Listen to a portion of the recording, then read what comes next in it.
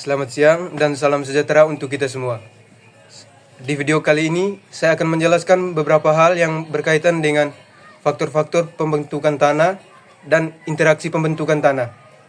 Perkenalkan, nama saya Adolfus Fernando Wabo, NIM 2024 610025, Prodi Agroteknologi, Fakultas Sains dan Teknologi. Berikut ini 5 faktor pembentukan tanah. 1. Material induk. Bahan awal yang menjadi sumber material tanah seperti batuan atau material yang mengalami pelapukan. 2. Iklim.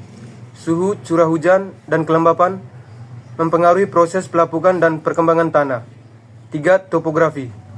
Bentuk lahan atau dataran, lereng, lembah yang mempengaruhi drainase dan akumulasi bahan organik. 4. Organisme.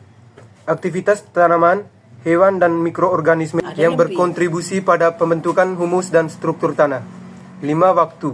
Proses pembentukan tanah memerlukan waktu yang lama sehingga tanah yang lebih tua cenderung memiliki profil yang lebih kembang. Inilah pendapat saya tentang 5 faktor pembentukan tanah. 1. Bahan induk. Material dasar dari mana tanah terbentuk seperti batuan atau mineral yang mengalami pelapukan. 2. Iklim. Suhu dan curah hujan mempengaruhi proses pelapukan, pembentukan humus, dan aktivitas mikroorganisme yang berkontribusi pada pembentukan tanah.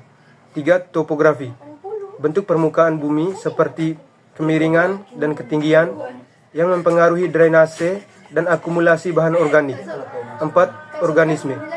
Flora dan fauna berperan dalam pembentukan tanah melalui proses dekomposisi, penguraian bahan organik, dan pengaruh akar tanaman terhadap struktur tanah. 5. Waktu. Proses pembentukan tanah berlangsung dalam jangka waktu yang lama dan semakin lama semakin matang dan kompleks tanah yang terbentuk. Untuk referensinya ada di atas ini. Sekarang saya akan menjelaskan 2 interaksi 2 faktor pembentuk tanah.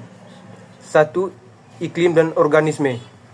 Iklim mempengaruhi jenis dan jumlah organisme yang hidup di suatu daerah. Misalnya, daerah beriklim tropis yang hangat dan lembab mendukung pertumbuhan vegetasi yang kaya yang akan menghasilkan lebih banyak bahan organik saat tanaman mati dan terdekomposisi. Sebaliknya, di daerah dingin dan kering, jumlah organisme dan dekomposisi lebih sedikit, sehingga pengayaan tanah dengan bahan organik menjadi lebih lambat. 2. Bahan induk dan topografi. Bahan induk yang berada dapat terpengaruh oleh topografi. Misalnya, lereng curam cenderung mengalami erosi lebih cepat, mengakibatkan bahan induk yang lebih mudah hancur menjadi tanah yang lebih dangkal. Di sisi lain, di daerah datar, bahan induk dapat terakumulasi, memungkinkan pembentukan tanah yang lebih dalam dan lebih kaya. Interaksi ini mempengaruhi sifat fisik dan kimia tanah di area tersebut. Baik, itu saja hasil pembahasan tentang faktor-faktor pembentukan tanah yang saya dapat sampaikan.